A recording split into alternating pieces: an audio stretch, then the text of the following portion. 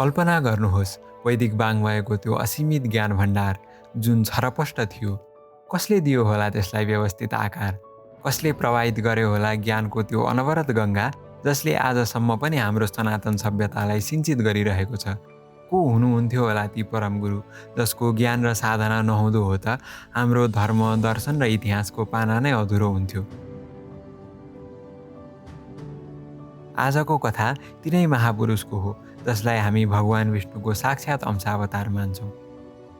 सनातन दर्शन परम्परामा हामी ज्ञानको स्रोत एकमात्र परब्रह्म परमात्मालाई मान्ने गर्दछौँ। त्यसै अर्थमा ज्ञानी पुरुषहरूलाई हामी परमात्माको साक्षात् स्वरूपका रूपमा सम्मान एवं वन्दना गर्ने गर्दछौँ। त्यस्तै परम वन्दनीय एवं प्रातस्मरणीय महान विग्रह हुनुहुन्छ महर्षि वेदव्यास। महर्षि वेदव्यास वैदिक वाङ्मयको आधार स्तम्भ हुनुहुन्छ। उहाँ स्वयं नै वैदिक वाङ्मयको कञ्चन प्रतिबिम्ब हुनुहुन्छ। सारा वैदिक ज्ञान परम्परालाई व्यवस्थित बनाएर दार्शनिक रूपमा वाङ्मयलाई नयाँ उचाइ प्रदान गर्ने कार्यमा उहाँले सबैभन्दा महत्त्वपूर्ण भूमिका निभाउनु भएको छ। उहाँको अनन्त योगदानप्रति कृतज्ञता ज्ञापन गर्दै उहाँलाई सनातनीहरूले भगवान विष्णुको अंशावतारका रूपमा पनि पुज्ने गर्दछन्। वशिष्ठद्वारा सञ्चालित आर्षकथाको चौथो श्रृङ्खलामा हामीले यिनै महापुरुषको जीवनगाथालाई समेट्ने प्रयास गरेका छौँ। पौराणिक मान्यता अनुसार वेदव्यासको जन्म द्वापर युगको अन्त्यतिर भएको मानिन्छ। उहाँका पिता ऋषि पराशर र माता मत्स्यगन्धा हुनुहुन्थ्यो। माता मत्स्यगन्धालाई सत्यवतीको नामले पनि चिनिन्छ।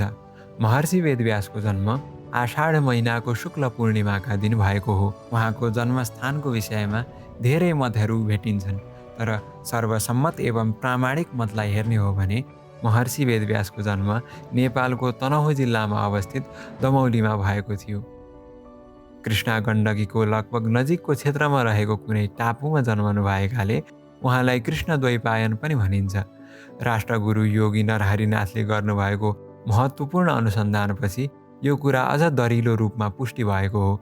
यस विषयमा योगी नरहरिनाथले बताउनु भएको पाइन्छ।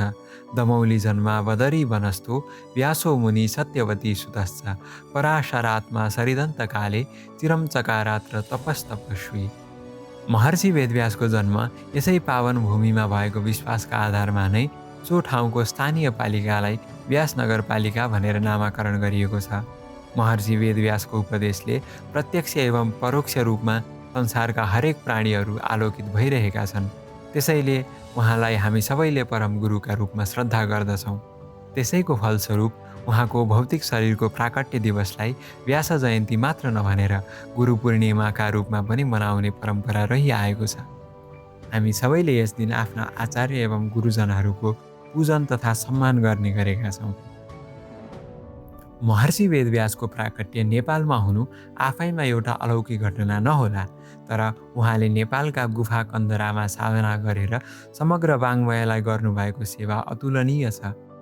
उहाँले सनातन कालदेखि नै चल्दै आएको वेदाध्ययन परम्परालाई परिष्कृत गर्दै समग्र वेदका मन्त्रहरूलाई प्रसङ्गअनुसार व्यवस्थित बनाएर ऋग, यजु, साम, अथर्व गरी 4 भागमा विभाजन गर्नुभयो र क्रमशः ऋग्वेद पहिलो, यजुर्वेद वैशम्पायन, सामवेद जैमिनी र अथर्ववेद सुमन्तु नामका आफ्ना शिष्यहरूलाई उपदेश गर्नुभयो। त्यति मात्र नभएर उहाँले आफ्नो प्राज्ञिक चिन्तनद्वारा वेदको निष्कर्षका रूपमा वेदान्त दर्शनलाई ब्रह्मसूत्रको माध्यमले उपदेश गर्नुभयो। यो आफैमा वैदिक चिन्तन परम्परामा एउटा महत्त्वपूर्ण वैचारिक विकासक्रमको सूचक हो। वेदको विभाजन गर्नुभएकाले नै उहाँलाई वेदव्यासका नामले संसारभर आज पनि चिनिने गरिन्छ। 4 भागमा विभाजित वेदका मन्त्रलाई कर्मकाण्ड, उपासनाकाण्ड र ज्ञानकाण्ड गरी 3 भागमा विभाजन पनि उहाँले नै गर्नुभएको हो। पूर्वीय वाङ्मयलाई संसारले दिएको सबैभन्दा उत्कृष्ट दर्शन वेदान्त दर्शनका प्रणेता उहाँ नै हुनुहुन्छ। ब्रह्माण्डमा छरिएर रहेको वेदको ज्ञानलाई व्यवस्थित गर्नु र त्यसको सार निकालेर छुट्टै दर्शनको रूपमा स्थापित गर्नु कुनै साधारण कार्य पक्कै होइन। साथै वेदको गूढार्थ बुझ्न सामान्य मानिसलाई कठिन हुने भएकाले महर्षि वेदव्यासले 18 पुराण, उपपुराण र व्यासस्मृतिका माध्यमले वेद र वेदान्तको सार सबैलाई सरल भाषामा बुझाउनुभयो। उहाँले महाभारत एवं तदन्तर्गत आजको विश्वको सबैभन्दा प्रसिद्ध हिन्दू ग्रन्थ श्रीमद् भगवद् गीताको रचना एवं उपदेश पनि गर्नुभयो। आजको नेपाली वाङ्मयमा समेत व्यासकृत महाभारत एवं पुराणहरूको प्रभाव पाइन्छ। संसारको सबैभन्दा विशाल महाकाव्य महाभारतको विषयमा त यन्न भारते तन्न भारते अर्थात् जे ज्ञान महाभारतमा छैन त्यो भारतवर्षमा नै छैन भन्ने भनाइ नै प्रसिद्ध छ। आजसम्मको संस्कृत वाङ्मयलाई हेर्दा अपौरुषीय वेदबाहेक अन्य सबै विषयमा व्यासको योगदान सर्वत्र देखिन्छ। त्यसैले व्यासोच्छिष्टम जगत् सर्वम भन्ने सुक्ति प्रसिद्ध छ। यसको तात्पर्य के हो भने धर्म, दर्शन, इतिहास, साहित्य र नीतिको यस्तो कुनै ज्ञान छैन जुन महर्षि वेदव्यासको रचनामा समेटिएको छैन। अन्त्यमा महर्षि वेदव्यास सनातन सभ्यताका परिपूरक हुनुहुन्छ। महर्षि वेदव्यासको रचना एवं उपदेशभन्दा बाहिर हामी हाम्रो ज्ञान परम्परामा कुनै पनि कुराको कल्पना नै गर्न सक्दैनौँ। त्यस अर्थमा महर्षि वेदव्यास वैदिक वाङ्मयका हरेक ग्रन्थहरूको अक्षर अक्षरमा ज्ञान र उपदेशको स्वरूपमा अमर भएर बस्नुभएको छ। सनातन संस्कृतिका अनुयायीहरूले उहाँलाई अष्टचिरञ्जीवीमा गणना गरेर आफ्नो जन्मोत्सवमा पुज्ने पनि गर्दछन्।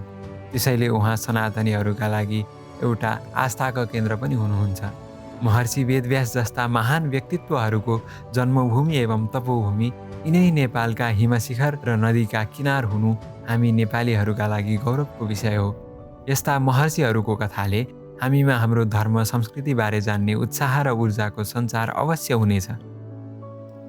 वशिष्ठको यो श्रृङ्खला आजलाई यति नै। हामी अर्को श्रृङ्खलामा पुनः नयाँ कथाका साथ भेट्ने नै छौँ। तबसम्मका लागि आज्ञा दिनुहोस्। जय सनातन।